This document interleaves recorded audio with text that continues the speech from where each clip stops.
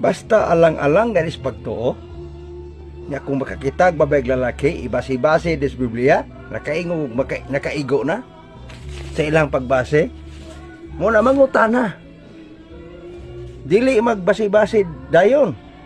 Yan i-compare dayon sa himuan dayog og tinuod, pero ang atong pamalandongon. Pwede ta mosagol ta sa dautan, pero ayaw gunahunaa nga misagol ka sa dautan, nagbuhat pug ka og dautan. Muna giingon sa atong Pangulo, ministro giingon, tangtanga ang pagkaigihan, tangtanga ang pagkaabubuan, pagkamalaway, libak, huna-huna nga dautan, tangtangon, ingon ang atong Pangulo. Nauna na.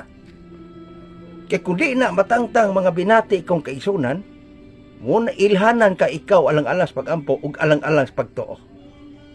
Di ba? Ay kasakit. Kay nakita og nabuhat nimo na wa ko'y labot.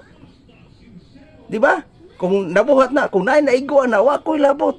Kung inyong gibuhat, sala na ninyo, ampo mo tinud-anay, kaangilhanan sa taong alang-alang sa pagampo, di matangtang ang pagkaabubuan, di matangtang pagkaigihan.